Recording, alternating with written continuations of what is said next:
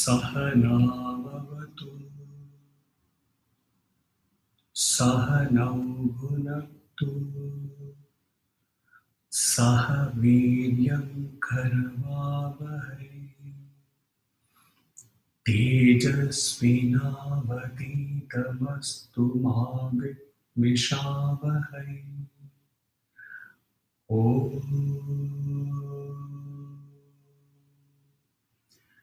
Shanti Shanti Shanti.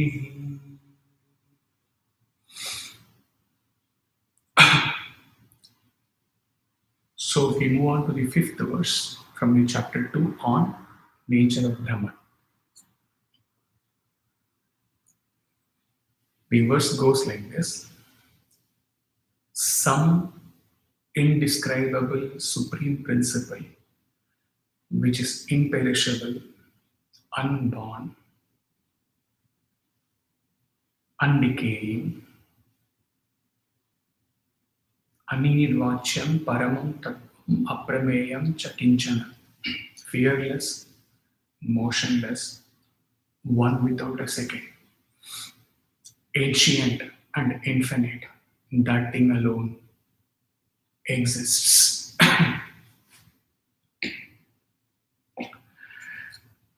Indescribable.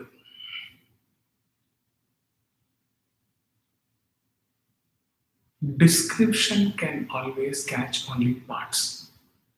It can never include the whole in its judgments. This is Maharaj's commentary, Krishnanaji Maharaj's commentary. When Brahman is said to be like this, described as this, there automatically comes an area which is not Brahman. Dauhi padartho atma anatma. When you describe Brahman as this, all that to your intellect which do not qualify for these descriptions, they are excluded from the coverage of Brahman. That is, when you say Brahman is not this, then that means there exists something that is not Brahman. Like we started initially with the clay pot example and ultimately concluded that everything is that. Initially we cleared Brahma Satyam, Jagat Mithya. Clay is real, pot is not real. So, if we use this way and describe Brahman,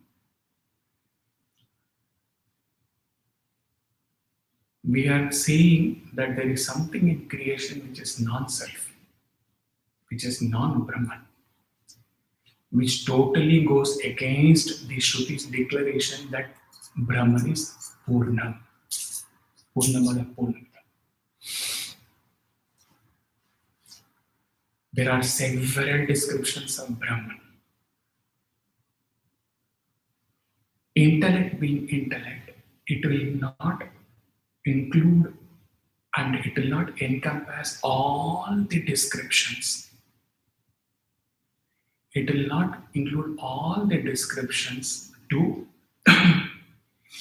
contemplate on Brahman. What it will do, it's possible that whatever appeals out of the whole description in the second chapter, whatever is most appealing, few of them the intellect will pick up.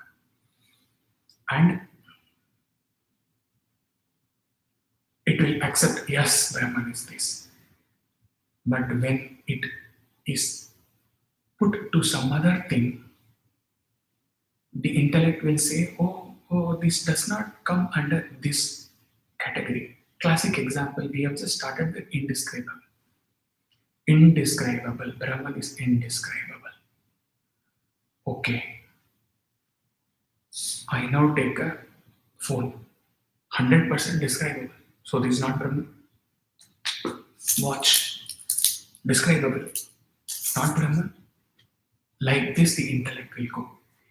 Along with the indescribable, it has to take all the descriptions of Brahman together, which is not possible with intellect. So this is a problem. So Acharya says it is not possible to describe Brahman. Even Satchit Ananda is only, you can make out wherever Krishnananda is explaining, it will be high-fi English, it will be at a higher level. And wherever he is putting further on that, you will find it easy.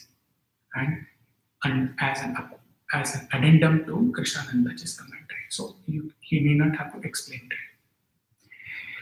This is this thing. Even Satchitananda is only a provisional description and is only an intellectual prop.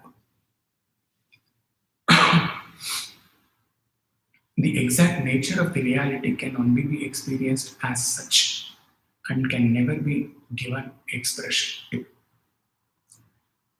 Now, for a mumukshu sadhaka, Brahman has to be described in some way or the other, because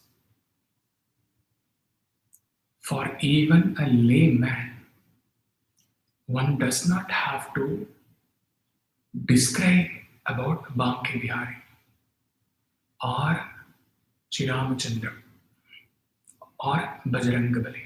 He may be totally uneducated, but still he can fix his mind because a prop is there. So many stories are there built up around those forms, and the glories are there. Itihasas are there. Everything is there. Here you are talking about Brahman, which has no form. Nirguna Nirakara. So how can a meditator start with contemplating on this? So there's the Acharya, the Shrutis have to define some description. They have to give this. Okay. So Satchit Ananda, Satyam Anantam Brahman, all this is given. But at the end, he is saying it is only a provisional definition. Why? Because when the end is reached, you can say all the descriptions come together as a garland, or you can say all the descriptions fall off, like Ilayudirkalam, we say, the leaves fall off. All the descriptions leave you and you transcend all the descriptions. You transcend Atman Brahman. You transcend Shrutis and then go and exist as that. There is no tark, there is no argument whether it can be described or indescribed. Jivan Mukta will say it can neither be described, you can neither say it can be described, you can nor say it cannot be. Okay, I cannot say I know it, I cannot also say that I do not know it. Okay. Imperishable. The state of infinity is imperishable. For change or death is possible only where heterogeneity or difference of nature prevails. The mass of being itself cannot change, for there is nothing which being is not. Hence, change is impossible in eternity, and therefore death is negated in such a state of homogeneity. Where there is a death, where there is a possibility of something to disappear or die, you can say it is perishable. And related to this, or as a prelude to this, the other description, unborn, Ajay, unborn, undecaying. Birth and decay are again the nature of spatial beings. They all come in time-space concept. Any birth of any being can happen only in some place or in some time. Okay. The infinite Brahman is inclusive of even space within itself. and hence we cannot attribute to it speciality, and consequently birth and decay are denied in Brahman. This can mean, okay, if he leaves you with this, believe me, even the Divine Life Society sannyasis cannot make out what they are saying. See the lines of Krishnananji Maharaj. The, the infinite Brahman is inclusive of even space within itself, and hence we cannot attribute to its speciality and consequently birth and decay. It is coming from his subjective experience, but cannot be understood easily. Like the ex-president, he has quoted once Vimalanandaji, who passed away a few years before. When he asked him how you used to listen, he used to say, we used to, hey, don't ask, we used to keep our dictionary. When Maharaj used to talk, he used to quickly flip through what is the English meaning of this. Like this. Now, let Swami to him try to make this easy for you. What is he saying? One line we are going to explain. The infinite Brahman is inclusive of even space within. That means the Brahman includes everything in itself. Again, an often quoted real-time incident which happened to the father of Leelama, who had built Gindi temple, Satyasai temple. If any Chennaites have visited, I'm sure you would all visit it. He used to go as a child and sit with all elders and sing bhajans. 1975, 70s. No, only when you grow you get all this fear complex and all this. Child, that is why it is told, the child and God, they don't know fear. They don't have fear. They don't have complex. They don't have that complex that how these veterans, they are playing harmonium and they are singing and they are doing like this. How all those things. A child, go sing. Come, sleep. Okay. Had we remained as those children and then just passed away without seeing all this crooked world,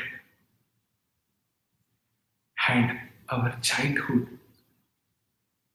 got sustained as it is, or had we passed away after the childhood, how beautiful it would have been. We would not have been here to see how crooked the world is. Human beings are not to be blamed. Kali Yuga. So, the story goes like this. This is covered in, I think, Raganapati's book in Tamil and covered elsewhere also. Even if you go to Gindi temple today and ask the head over there, they will be able to explain. There are several miracles, several things associated to that temple.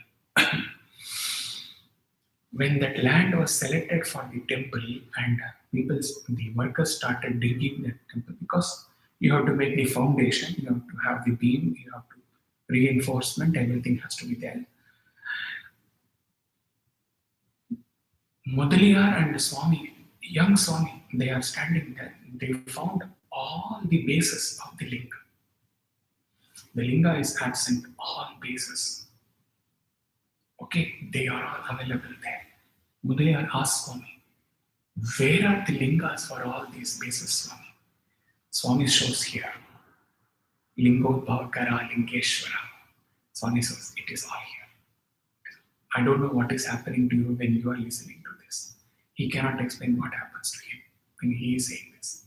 He says, all these things. All these things are here.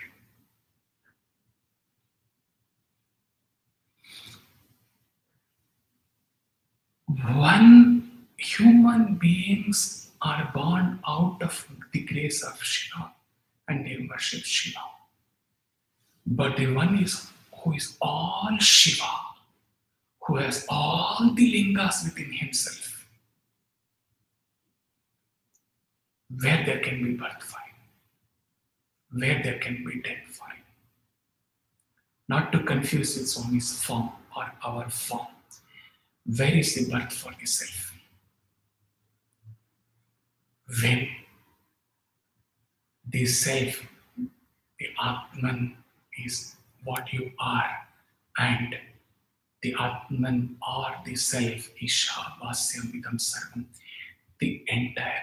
There is no place where the self is not there for you to be going born, by getting born there and dying there. Everything is self. Where is the birth? Ocean, water. I think that was the first online satsang. Brahma Satyam Jagat Mithya. Fearless, motionless. It is fearless and motionless, for fear exists only when there is dual existence, and motion is possible where space lies beyond the changing subject. Again, you cannot understand. If suppose only each one of you, only you are existing in the entire mask, entire Oman, entire Gulf, okay, entire this thing, MENA region, and then the entire creation. You are the only one who is existing. How is it possible that you can get afraid of anything? Because apart from you, there is nothing. Not possible. That is what Acharya is saying in difficult English. Fear comes only from a second entity, and Brahman is secondless and so fearless. So this should not be left to theory for Brahman. Me the Atman, me the Atman. He often says, whatever he explains about his state, whatever he says about himself, he says, apply to yourself, direct, apply to yourself. Okay? So you are verily fearless, because as self, as Raghavan, as Devi Prasad, as all this, okay, but as a self, there is nothing in this creation which is not self. That means only self exists. When there is only self everywhere, how can that self, where is the possibility, logically, technically, where is the possibility of there is nothing existing other than self, for the self to be afraid of that? Not possible. So you have to evolve. That these are all to be taken practically, not to be left responding to Acharya in the group at theoretical level. No, what are all the fears in me as of today? He has taught me on this day, okay, post Shankaranti. I have to let go all the fears in me, up to the fear of death. All fears have to leave. I fail, get up, try again, fail, get up, try again. 10,000 times fail. It doesn't mean that 10,000th one first time you should not get up and try again. Try, arise, awake, stop not till the goal is reached.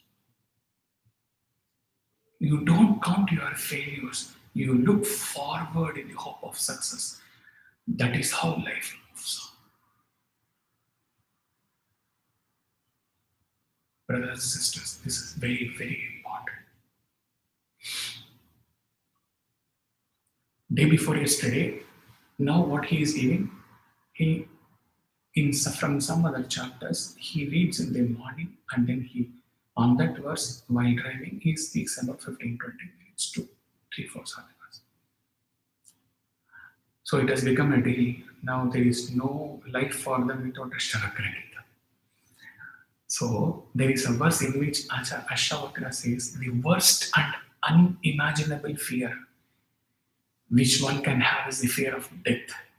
Nothing is as earth-shattering fear as the fear of death. And the one who abides in self and exists in and as Kaivalya, aloneness of self, has no fear of even death. Even the thought of death does not perturb him, does not disturb him. Then let us come to the practical aspect. How about the fear of so much of pain, in case any of you have experienced in the past or experiencing even now?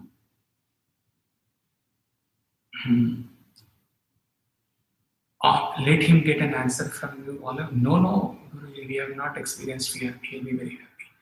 In case you have experienced the worst fear in the past or in the present, or and seeing some fear to coming to you in the future, fear of pain caused to you by somebody else, few, one or two or few or many, then how about that? How about that fear of pain? How to overcome that? What is the way? What Shruti teaches me in such a way so that I can come out of the fear? If we are able to, one in million expressions, if we are able to truly believe and experience that there cannot be two, there cannot be two, there cannot be a non-self, there cannot be an asat, there cannot be a non-Brahman. If we believe that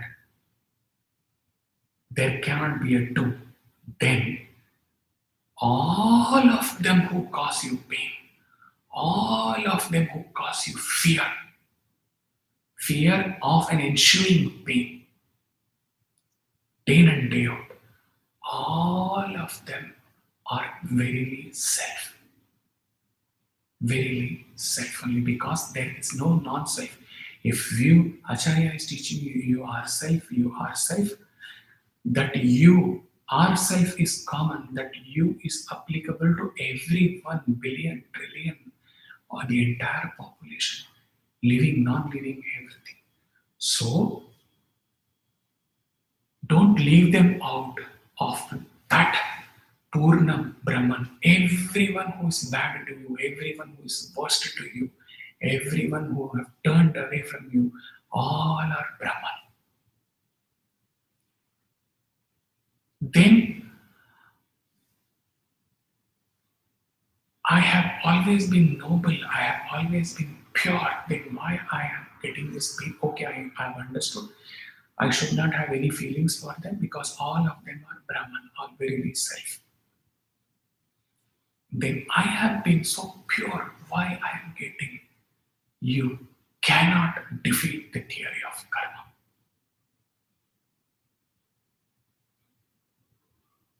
If you go back in your life itself, in this life itself, when you were 20, when you were 30, you would have caused many pain to many people, knowingly or unknowingly. So much of fear or so much of pain you would have created to many people. Then think about the past several births. What all you have done. Don't point out at those who are giving you the pain or who are giving you the fear. They are all Brahman. They are all Brahman. You are getting what you gave to the world in your youth or your 40s, your 30s, your 20s, or in your previous birth. There is no other justification for this. There is no other. If this is not valid, if this justification is valid and not valid, it is not possible for you to forgive anybody in this world who are giving you pain. Not at all possible. Because you look at present. Only karma can justify you that it is all because of me. All because of me. If we go a step further, which may not be possible for you, but he is just giving you torchlight, he is giving. If we go a step further, we send our love to all of them who cause us pain, because we know that it is our karma that we are suffering. We will clear it out.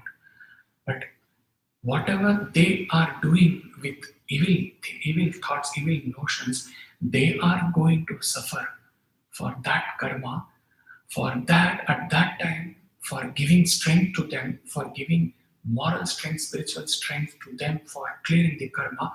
Let me send all my love to them.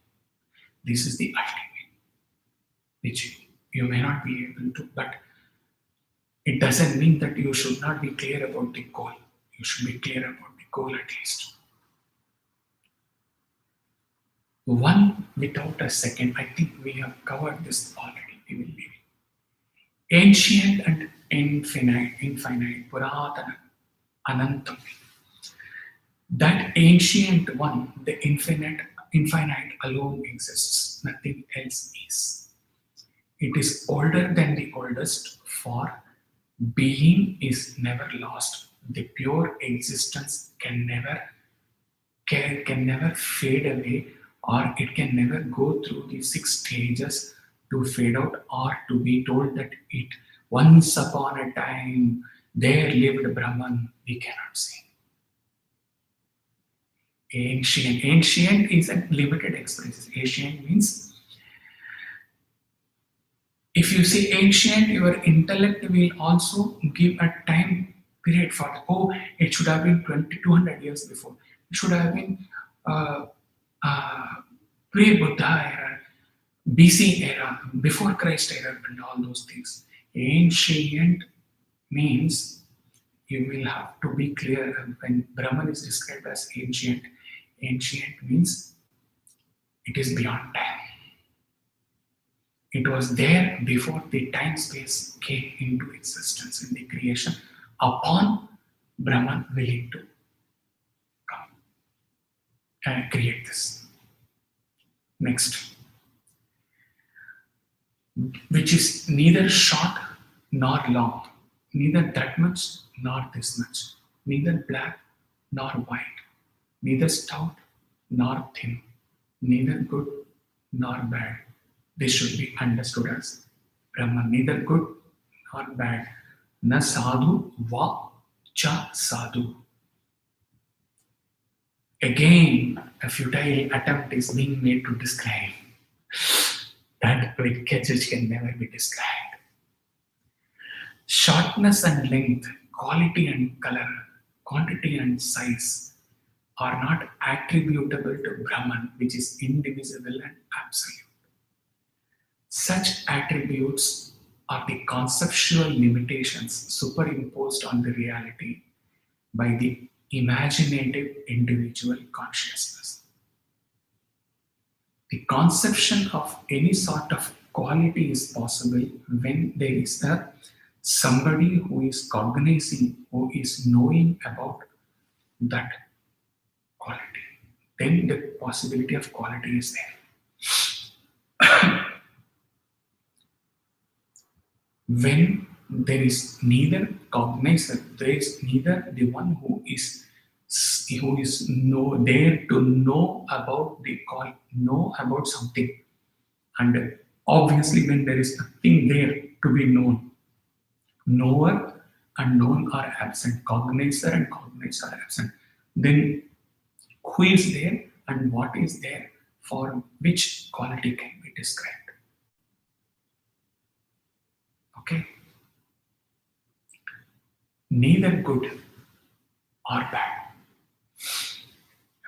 It is neither good nor bad, for Brahman is an experiential existence which is perpetual. An experience is good or bad in relation to the condition of the mental being of the individual, and it is therefore possible that the same thing may be both good and bad to different individuals at different times and places and in different psychic conditions. Let me explain again English. above head.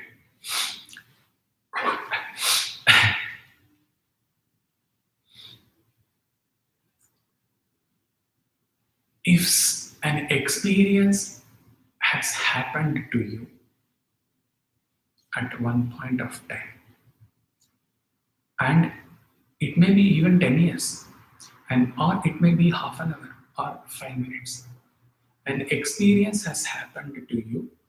Happened means past tense. Happened to you, that means it is finished.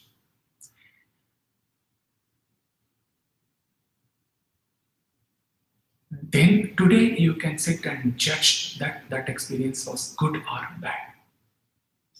And even as you are evolving intellectually and spiritually, even the similar experience keeps coming to you at different point of time when you evolve as a perfect human being, the similar experience which used to be good may be bad now, or which were bad before, which are good now. You can relate it to so many of your experiences. Your experiences, you won't know. He can validate this statement with his experiences for sure. Okay, similarly, with your judgment, with your intellect, you can also judge the experiences which others have got. Oh, Jesus should not have been crucified like this. This should not have happened like this. Why this happened like this? It is very good, excellent that it happened like that. You can pass on your judgment with your intellect. Often, okay, mind is less involved in in saying that this experience outside you is good. Often the intellect is involved. The three sadhakas can relate to one Ashtavakra Gita was given to them yesterday. Intellect, abuse, or praise. But now, when it is described about Brahman, the state, the existence is perpetual. There is no time cut in between to say it was there, it was not here. What it translates to you, sadhakas, you have to run towards that self-realization, where when you realize yourself, you exist no matter from the worldly point of view how much good bad experiences come to you. Okay, still you have to, like Brahman, these are all not classroom discourses. It is for you to exist. You have to exist as that self perpetually, so that from the worldly interpretation, any good experience, bad experiences, you have to remain unchanged, perpetually abide. That is what exactly known as abiding in self. You have to abide in self so that they come, they go. Like a breeze, tendril cut. The breeze comes and goes. Like that, they come, they go without touching. These are all for practical existence as upon realizing self. There is nothing theoretical about it. Even if the English commentary seems to be theoretical, he is making more practical. Not that Krishnanandaji is explaining theoretical. You have to, for everything, you have to see the environment. You have to see in from which platform and who is being told that. Krishnanandaji Maharaj is explaining all these things to maybe Divine Life Society, Yoga Ashrama, celibates, sannyasis who have nothing in this creation but to contemplate 24 hours. These were not meant for tourists who were visiting Divine Life Society Rishikesh. There is a yoga ashrama there, and their classes are conducted. There are few celibates who have to be. They have left everything in the creation. They have come and sat at the Swamiji's feet. They have to contemplate, and at that platform, at that level, he often describes that as Gaudapada's level, figuratively. Guru of Shankara. At that level, or he says at the 250th floor level, he says. Just for you to imagine at what level Acharya is that level. At that level, whatever is flowing is flowing. That's it. He is not running a mission. He is not running to United States. He is not establishing kendras. He is not making it a mission to drive it to child level. Celibates are there. He is telling they're bound to duty. Otherwise, they will never be given diksha. They can never become so and so Saraswati. Like Krishnananda Saraswati, Chinmayananda Saraswati, Venkateshananda Saraswati. We cannot. Chidananda Saraswati. If you have to come to that level. Now here, he is sitting in this Muscat Kalyanga 2021 and you are all there. Some of you who were never exposed to Shrutis, Upanishads. That is why he is making it clear. You have to make. That's why it said don't condemn anything in life. Because you don't know. You don't know why it is happening. Okay? Next. That which is neither subtle nor dense. Yatra shushma na va samdra, which is neither caste nor name, which is immutable, immortal, and bodiless, which is beyond the reach of mind and speech. That should be understood as Brahman, neither subtle nor dense. Brahman is neither subtle nor dense, for subtlety and density are qualities in relation to something else and not parts of eternal nature. Let me come to it easily. When one is just subtle, it can be convincingly said that it is subtle.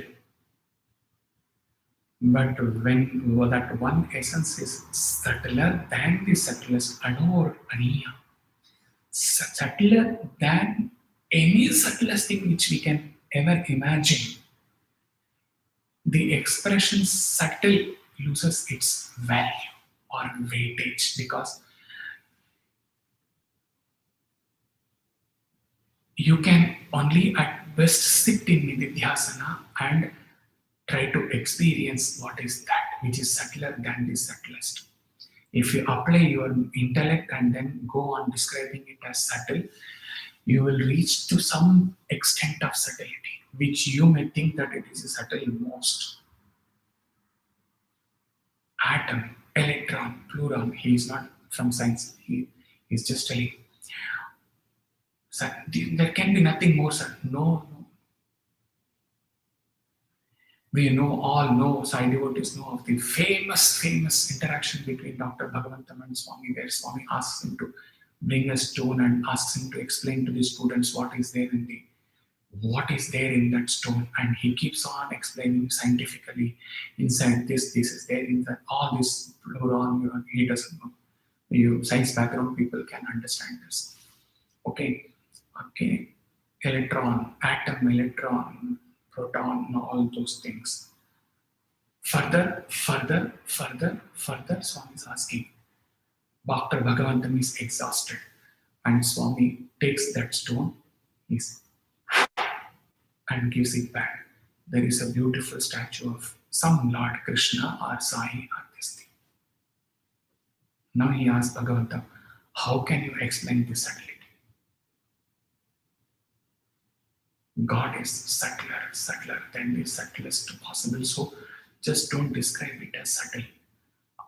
I don't know how you are able to take. He is just with Swami when he's explaining this. He is trying to be composed so that he doesn't cry. And as for density is concerned, again one can something can be described as dense, very dense, at most dense, when somewhere there is a fraction of something which is not dense. For example, a huge forest, helicopter view from higher, this thing you are seeing, a jungle. Once you, the eastern India, Kerala, or Sri Lanka, most part of Kerala, Sri Lanka, everywhere. Once you cross all the buildings, all that you see is dense forest. Till the time, as per the Jyoti meditation, you cross or even that and you say all is pure white space. Okay, you are seeing all dense forest, so dense, so dense, so dense. Even when you are coming down, till the time you have reached, even if you have reached the airport and seen, then also they are very dense, super dense. You cannot imagine that that could be a pathway in between the forest which is not dense. If it is dense, come on, how can you walk through it? You walk through, there is one small 2 meter path where it is not dense, which has no trees. So the forest, you cannot say it is denser than the densest. I don't know if that vocabulary is there or not in English. So you cannot just leave telling that Brahman is dense. No. Try to experience beyond the density, dense beyond the subtle. What is that? That is why again Yoga Vashishta session it has been given to few fortunate sadhakas, where Brahman is described as indivisible rock. Indivisible rock. Indivisible rock means there is no possibility to break it at all. And when he taught Manasbuddhi Chitta Ahankara, in the first phase, he said that your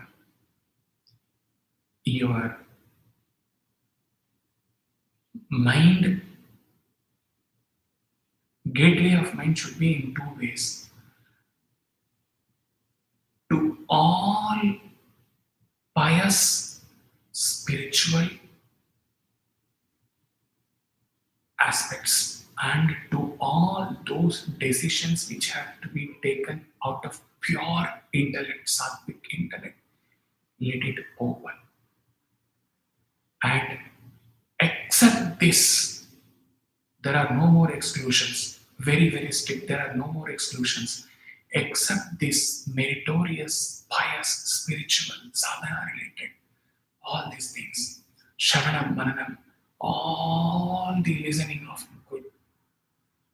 And for all those decisions which have been taken out of, let it be opened.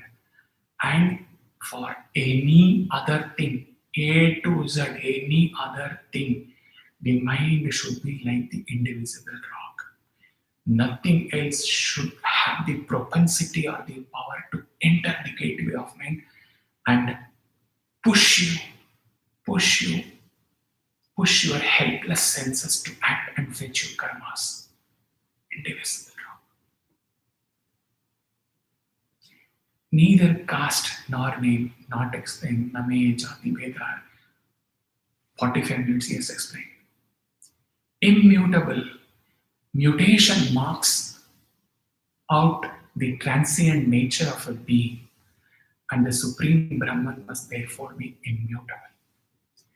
Mutability is the tendency or effort to become something else in order to obtain an unattained state or object to fill the gap. You cannot make out this English. Impossible.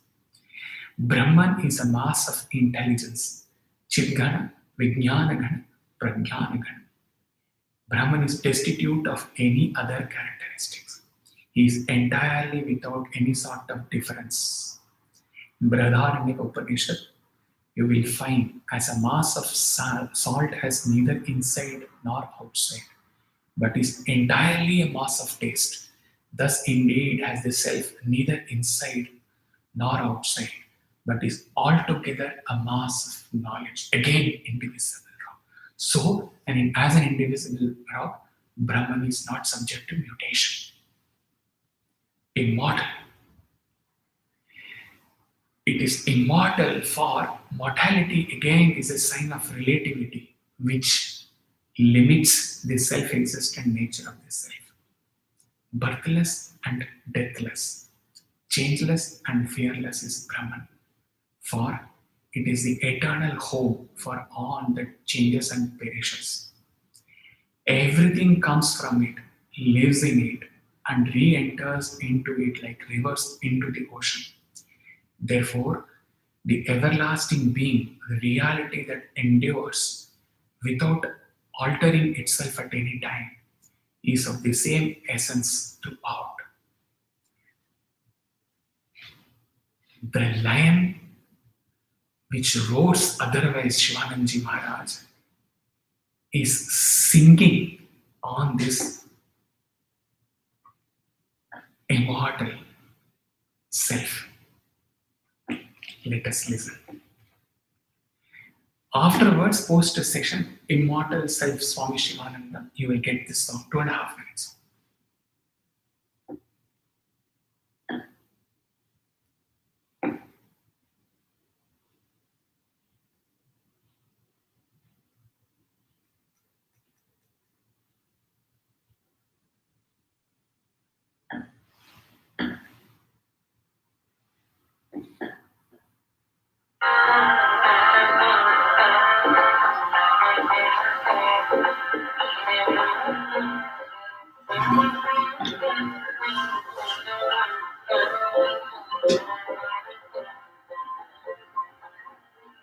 Hare Rama,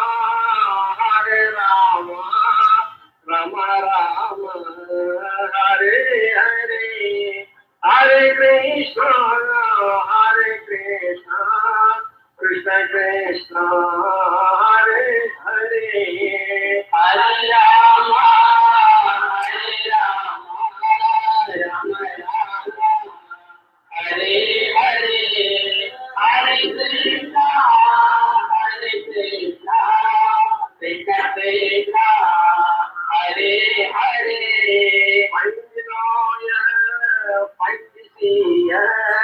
Find the hearer, find the taster, find the lawyer, find the teacher, find the hearer, find the taster, find the speller, find the speller. Nothing exists, nothing belongs to me. I am neither mind nor body. Immortal self I am. Nothing exists, nothing belongs to me. I am neither mind nor body. Immortal self I am. Hare Rama, Hare Hare, Hare Krishna, Krishna Krishna, Hare Hare, Hare Rama, Rama Rama, Hare Hare, Hare Krishna, Krishna Krishna, Hare Hare.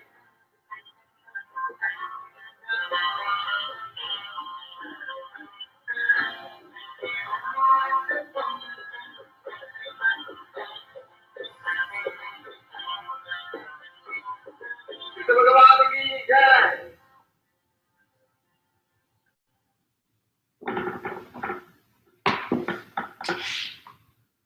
What to say of this sage?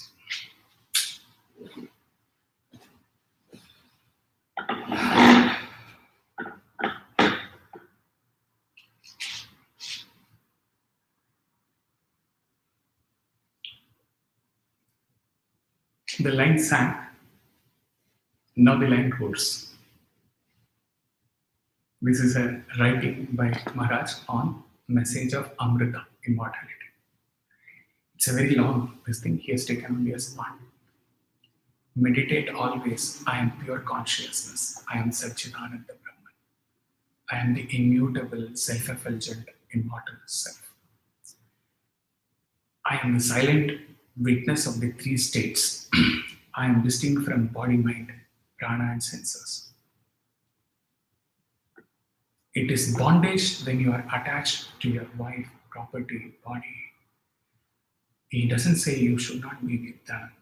If you are too much attached, when you take the body as the pure self, that is a bondage. That means mrityu. Bondage is mrityu. It is liberation when you are not attached to any object of the world, when you identify yourself with the pure, immortal Brahman. Wherever there is kama, desire, there is no Rama. Wherever there is Rama, there is no kama. Wherever there is desire, there is world. Therefore, go beyond the desire by cultivating discrimination and dispassion, vivek and vairagya, and by meditating on Brahman or the Supreme Self and be happy. Atman is a mortal substance or essence in man. Atman is the origin of thoughts, desires, and reasonings. Atman is spiritual because it is beyond matter and mind. It must be immortal because it is spiritual. It is beyond time, space, and causation. It is beginningless and endless, causeless and infinite. If you realize this immortal soul which is hidden in your heart and all these forms, if the knots of avidya, hridaya granthi, ignorance, avidya, kama and karma, ignorance, desire and action are rent asunder, if the chain of ignorance, that is ignorance, non-discrimination, egoism, likes and dislikes, karma, body, etc., is broken, you will be freed from the round of births and deaths. You will enter the death of deathlessness, enter the city of deathlessness, immortality.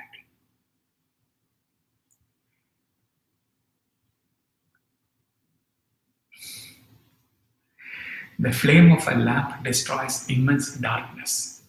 Even so, knowledge of self destroys ignorance or vidya, the root cause for human sufferings and tribulations. Therefore, attain the knowledge of self, get illumination, and roam about happy. May you all live along with Maharaj. He also together, all together are blessing you. May you all live in the spirit of this message of Amrita. May you all be equipped with the four means of salvation through the grace of the Lord, Sadhana Chatushtaya. May you all rejoice in this self within. May you all attain self-realization in this very birth. Bodiless, not explained, not necessary. After the entire Nirvana Shtaka. Beyond mind and speech, the eyes cannot perceive him, the mind cannot reach him, the gross worldly intellect cannot grasp him, the speech cannot describe him. The speech returns back along with the mind as it is not able to describe him in adequate terms. Sages declare, we are baffled in our efforts to describe Brahman. His glory is, or its glory is indescribable. To describe him is to deny him. To defy Brahman is to deny Brahman, is a very off-quoted statement in Vedanta. How can a finite mind grasp the infinite? But he can be directly realized by the aspirant who is equipped with the four means of salvation, who does constant meditation, who has sharp, subtle and pure intellect. Brahman is distinct from gross, subtle, causal bodies. He is the soul of all. He is the inner ruler of all. He is eternally free. He is without action and without motion. Okay?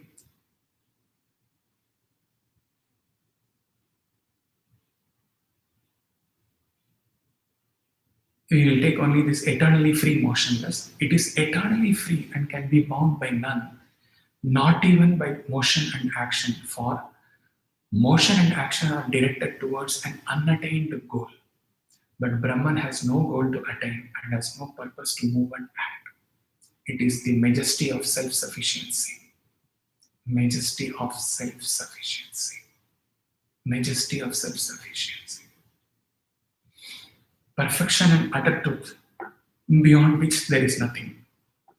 It is the be all and end all of everything. When that is attained, everything else is attained.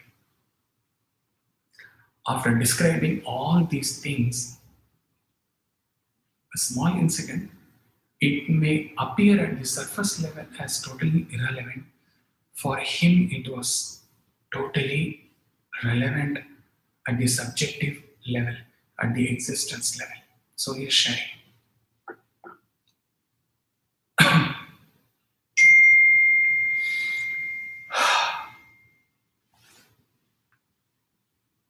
There are two categories of students when Swami used in 90s. Okay, till the time Swami was very active. Farm boys, not farm boys. Okay, he doesn't know whether any ex-student is here or not, attending or not. Farm boys are those who will be called for everything by Swami. For distributing gifts, for arranging the sarees and dhotis in his inner chamber, inner room, for serving him, for this thing, cleaning his room, for everything, for anything and everything. Go and give him the, go and tell this devotee this God. They are always together. And Swami keeps requesting, sing this, sing this, sing this. Like umpteen number of times Swami used to request Ravi Kumar to sing that Sai Bin Raha Na Jaye or Shri Raghava. Okay, Swami is like, sing that. That's it's an eye to eye. This thing here, Swami Ravi understands. So Swami is asking this. They are farm boys. Out of form, some mistakes they would have committed, or Swami wants to teach them a lesson, so they will be kept safely out of the a nearer circle of Swami, totally neglected, even sometimes scolded, or he asks his professors to scold them, and they are not given any opportunity to come near him. No chance of Padanamaskar, no chance of आग में जलना, जिसको बोलते ना वैसे, मतलब तपा के आग में जला के रखते हैं. Okay.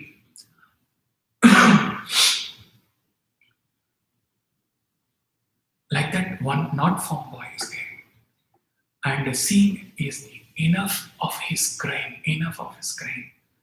The professor goes and tells to Swami. Professor, maybe he doesn't know the name.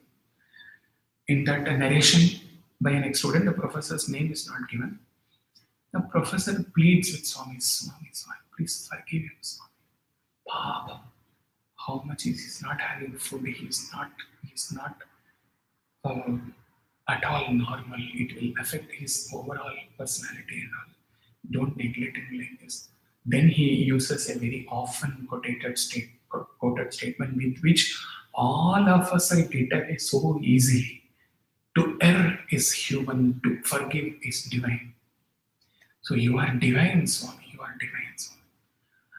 Swami scolds that professor with more intensely than he had scolded that student. Huh? Like a lion of lions, he garjaning. He said, who told you? Who told you to err is human? Human beings are supposed to be without error. Human beings are supposed to be without any imperfection. Human beings are supposed to be without any impurity. You will fall from your dharma, become impure, then I should assume my divine form and forgive you. Why? Why? And the first thing, why you are getting away from the way I have created you. To err is human is a useless statement. Take out from the dictionary. You are all divine. You are all as divine as me. You are not supposed to conduct any mistake for me to forgive. Like a 10,000 watt floodlight, that statement came from Swami. With Sula Kalas Paripurna Parabrahman. It may be totally, if some of us may be out of place, why he is bringing in a student's experience with Brahman? Why he could relate with subjective existence? When you attain that level of purity, all the above description, all the entire second chapter descriptions will come true for you. You have to become that. Like Swami, there is no, Swami has given no scope for us to commit mistakes. Swami has become no importance for the line to err is human. Swami has said, did I create you with any imperfection? Then why you have to, that too as my student, that too as my Sai devotees, it is applicable for all Sai devotees, all students. We are not supposed to come from that state of purity, perfection, a wee bit, and then cry out to Swami, Ikbar Kshama Karo Swami. That is why he removed that bhajan from Bharti. Don't become destitute, don't become a sinner and say, Anatha Bandho Sai Prabhu Aparadha Kshama Karo Swami. Ikbar Kshama Karo Sai. Why you are becoming so unworthy to ask for Shama, to ask for forgiveness because I am divine. You are as much divine. I don't know how much you could relate this to the second chapter description of the. He could relate 100%. He could relate.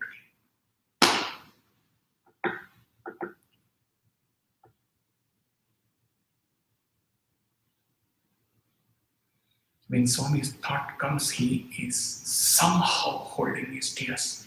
You tell Swami, tears will flow. He is just holding it back.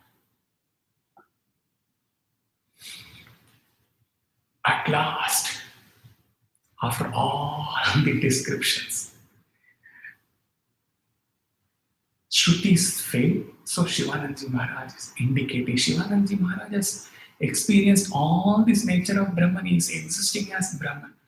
But for the Mumukshu sadhakas, he is telling, after all the descriptions on Brahman in all the Upanishads, which he has taken as a kunji, we say in Hindi, when we read, all condensed, all question answers which are possible to come in the examinations is given.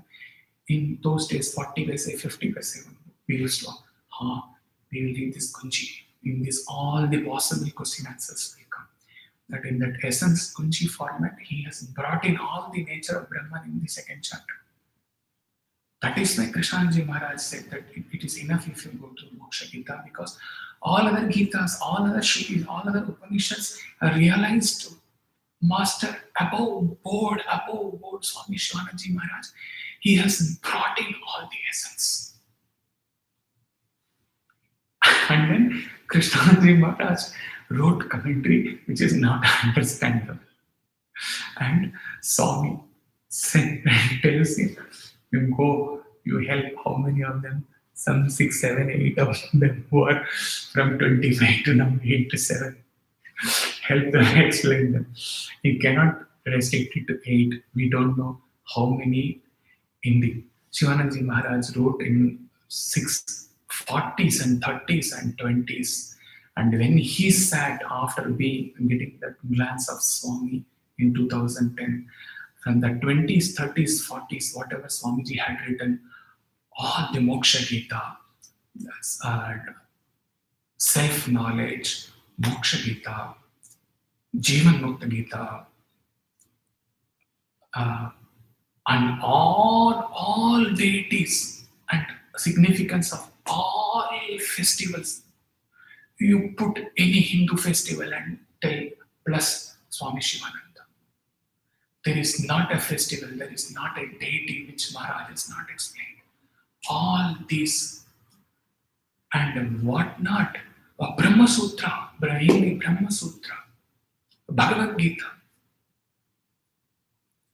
Okay, all these things of Maharaj, Brihadaranyaka Upanishad, all these things came 20, 30, 40, he wrote. 2010, it was as if Maharaj without form is sitting there and just telling, like he used to, in the later stages, he used to speak. In the beginning also, he used to speak and either Krishnanji Maharaj used to write it down or somebody used to type it down. Okay, like that. In 2010, as if it was Shivanaji Maharaj sitting in that bedroom side chair, without form, telling directly for the first time ever Moksha Gita is being poured by Maharaj. First time ever he is describing on the Brahma Sutra, and in the entire creation for the first time he is listening to this. The Shravanam, Maranam, Nididhyasanam, everything happened simultaneously because that was Swami's. Similarly, now he is giving all these things in 2010, 2020. He will pass away. One day he will leave this country and one day he will leave this creation. When we don't know. But Maharaj passed away in 63. After 1 year, Swami sent, okay, he passed away in July 63. And this person was brought into the earth in July 64. Okay. Okay. And like that. And he got all of them in August 2010. Similarly, who knows all this YouTube? If the YouTube goes from the world, helpless. Otherwise, as long as YouTube, maybe after 10 years, 20 years, 30 years, 40 years, 50 years, how many of them are going to get the benefit? In the Sai fraternity, from 25 now to 6, 7. For all others, there are more important things in the world on a Saturday morning, on a Friday morning, than to sit and listen to this stupid fool who has all the time to himself, who has no other responsibility, who is bent upon giving everything. Useless fellow. From the Sai fraternity, call for an AGM here, not virtual, but this thing, or a big hall, 400, 500 people will be there. For Moksha Gita discourse, 7 people are there. Kali Yoga. No problem. But in future, he is giving. He is not counting at the time space. Wants to give maximum. Can anybody guarantee that tomorrow we will be alive? No. Whatever is to be done in this spiritual path, do it today. Don't postpone it to tomorrow. Your material things can be postponed tomorrow, or your material things can go, just they can be left. What you need to survive? One time meal, if you have, you can survive. You try it out. In the holy month of Ramadan, they have only once. Right?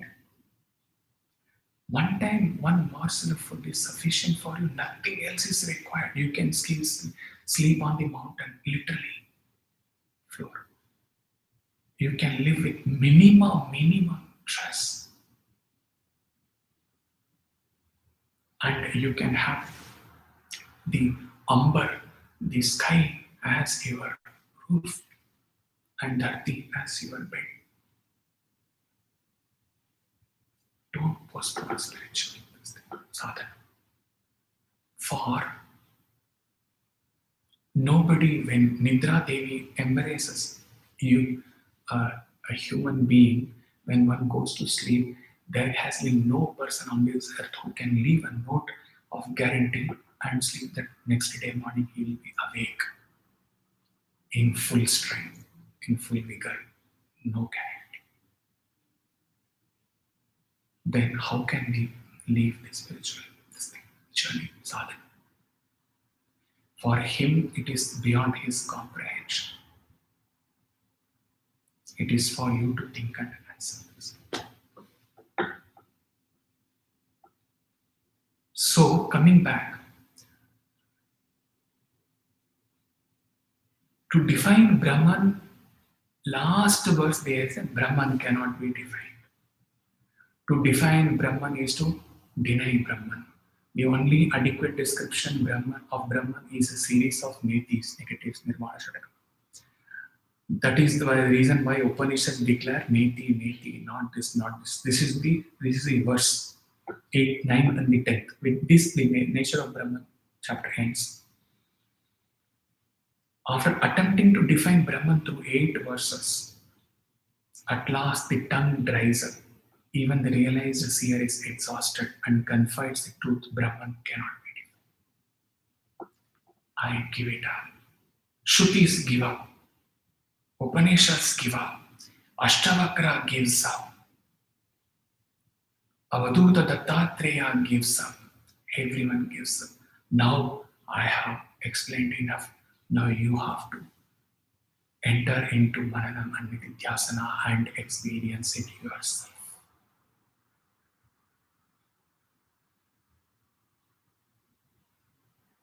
It has never been possible for any master on this earth, not even for for incarnation when they have willed, like Swami willed for this stupid person. They will it, but usually they don't play with the karmas, they don't interfere with karmas. So whenever you have to get your realization, then only you will get.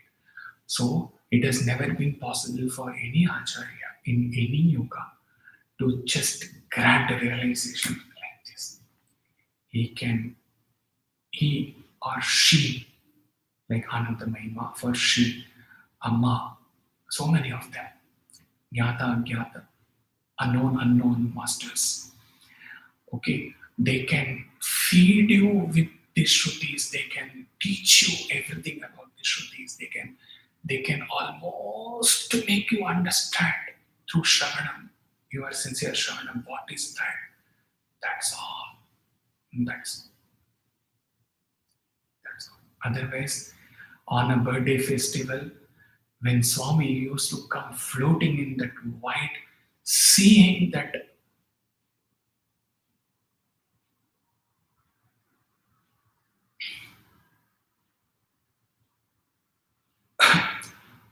Koti Surya Sama Tejas Swarupa, seeing that Brahman in all its splendor, the 50,000, 100,000 people should have got realization. What else can they witness? They are witnessing the Sakshat Parabrahma Parameshwar, as my brother, as my friend Tiwariji always used to tell. Sakshat Parabrahma Parameshwar is walking and coming to you and asking how many, what is your name, where are you from, and he wills to give Pada Namaskar. If realization cannot happen there, then where else realization can happen? But it doesn't happen. We come back from Prati and we are as we were. So nothing can transform you except your own sadhana, except your own purushartha. And for that, the given moment is now, now, now, now. You cannot postpone it.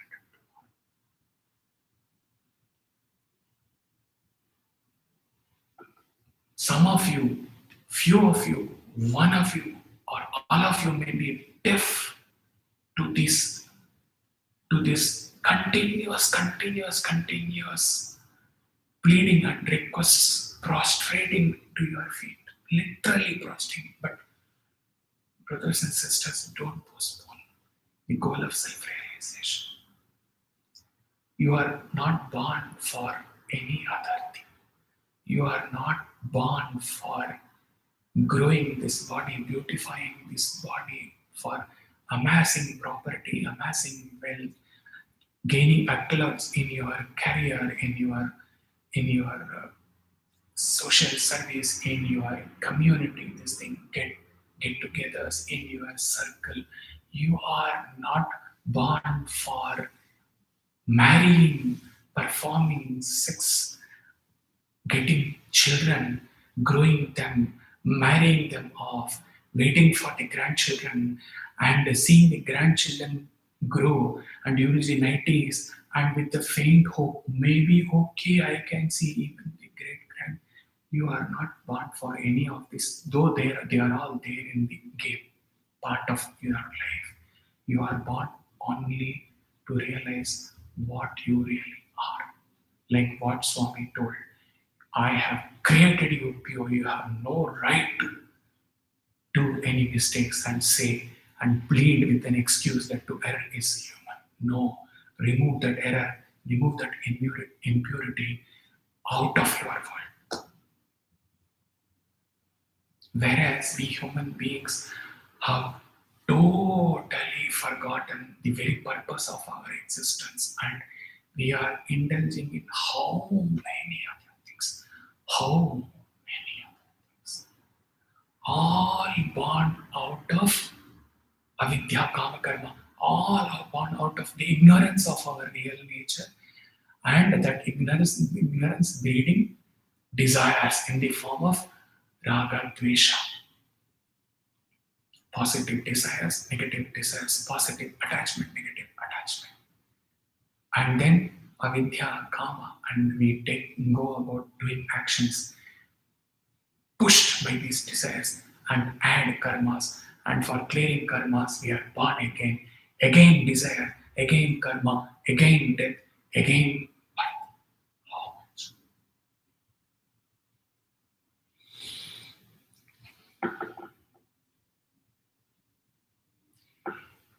If he could, and if you give him respect, and if you don't shrug off your legs, he would hold on to your legs, each one of you, even if some 16-year, 15-year Sean told you will attend today, even if a young kid is hurt, he will hold your legs and he will not leave you. He will not leave you till you give him an assurance upon him. See, if you respect him and if you are really bothered about his death, if you give a promise on his head, say that, "Aapki kasam, from today onwards, self-realization will be only my goal." He will not leave your legs, any one of you, if it was possible for him. He can do now, he can do now. But are you prepared for that?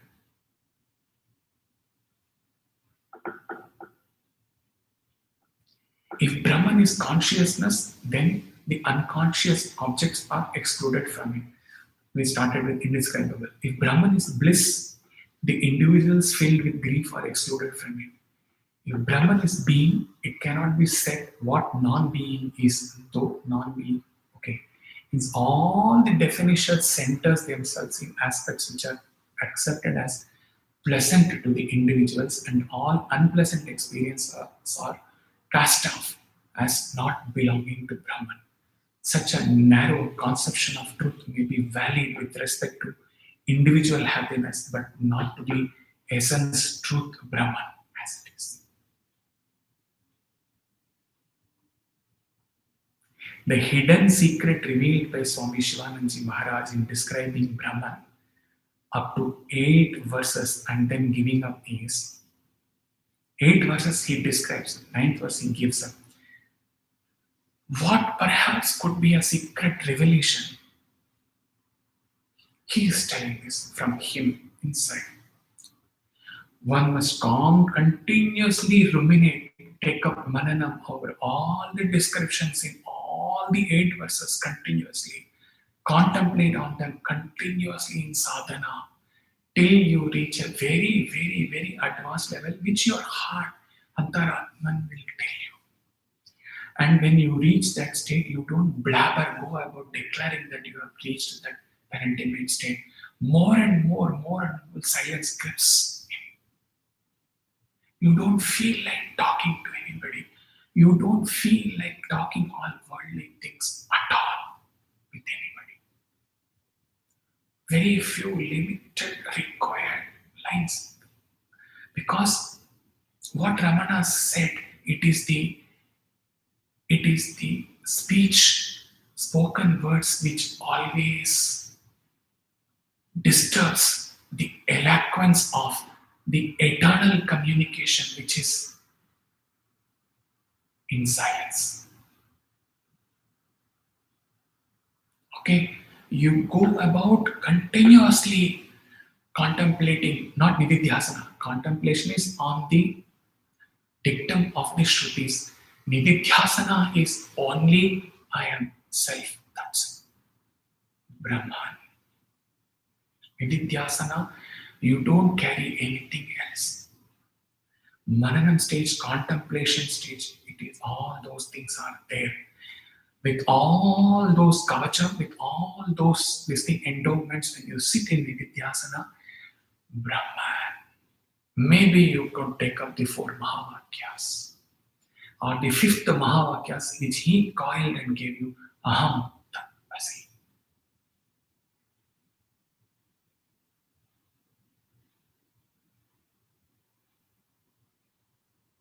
So, but then at the height of such a rigorous sadhana, the last verse subtly reveals the Brahman is not only all that which you have been contemplating upon. So you have to leave all those descriptions in 8 verses which you have been contemplating for 1 month, 2 months, 1 week, 1 day, 1 year, 10 years, whatever it is. At stage 9th verse, we cannot define Brahman. What it means to a sadhaka, sincere sadhaka. You will have to know your appetite is not filled even with this contemplation.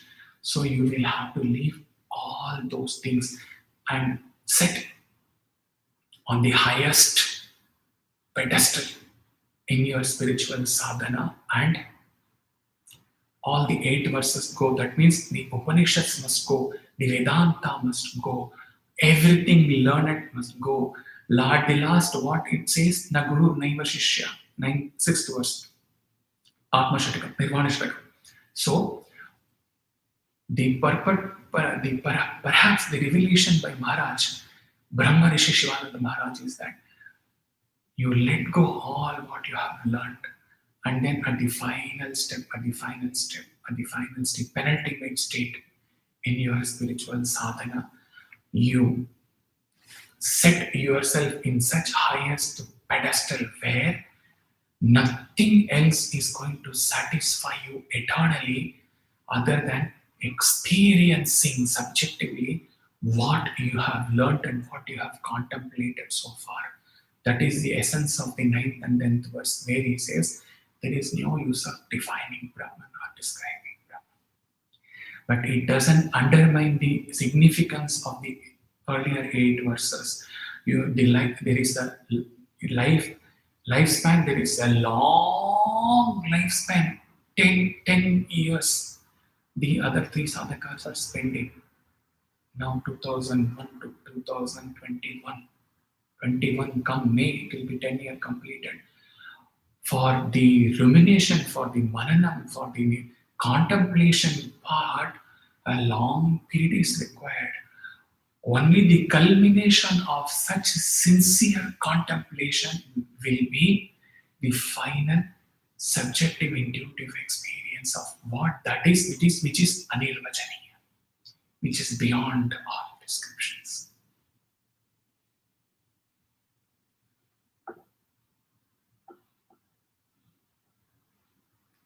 Like Thakur Ramakrishna Paramahamsa said, yes, it is Brahman is the light without any other quality of light. Brahman is that which is beyond all that has been described about Brahman.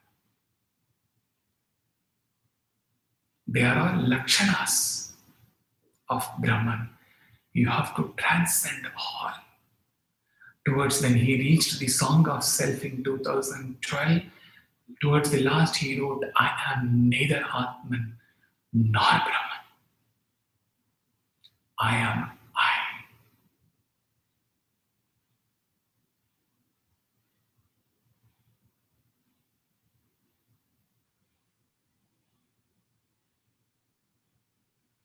such condensed, undiluted, intense session, he is going to witness ultimately only 3 or 4 sadhakas. All others will say, we have so many other things now to accomplish in this life. We will come to on anyway. This fellow may die, but the YouTubers, they all those things. Or we believe in so and so much, so we will go and learn from those treaties. Now let me Maya Jagat, let me get into the world. Blessings. Because whether you are into the sadhana or not into sadhana, whether you are taking all these things, you are not taking all these things, you are praising him or slapping him or killing him, still you are also verily that pure self. So, prostrations to all self. There is no not self. He wanted to play a Nirvana. We learned the Nirvana Shatakam through Sai Gita just singing with various different ragas for different verses. But then this Nirvana Shatakam, which he used to listen some 500,000 times during his sadhana time, 4 or 5 months in 2010, he wanted to play, but almost we are reaching now 1.5 hours. So, without losing on the intensity, without waking up to the world for other mundane duties, immediately after this he is going to send that in the group. Sit in silence, close your eyes and listen to it. And sit there. If you sincerely listen to it in the backdrop of this most intense satsang, believe me, you cannot get up for another at least 10-15 minutes. Listen and then get up, and then daily duties, mundane duties, breakfast, tea, coffee, grocery, etc., etc., etc.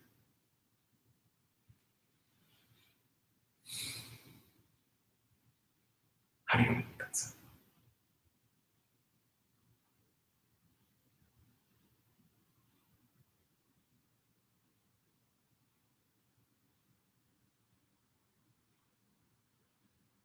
Immense, immense love.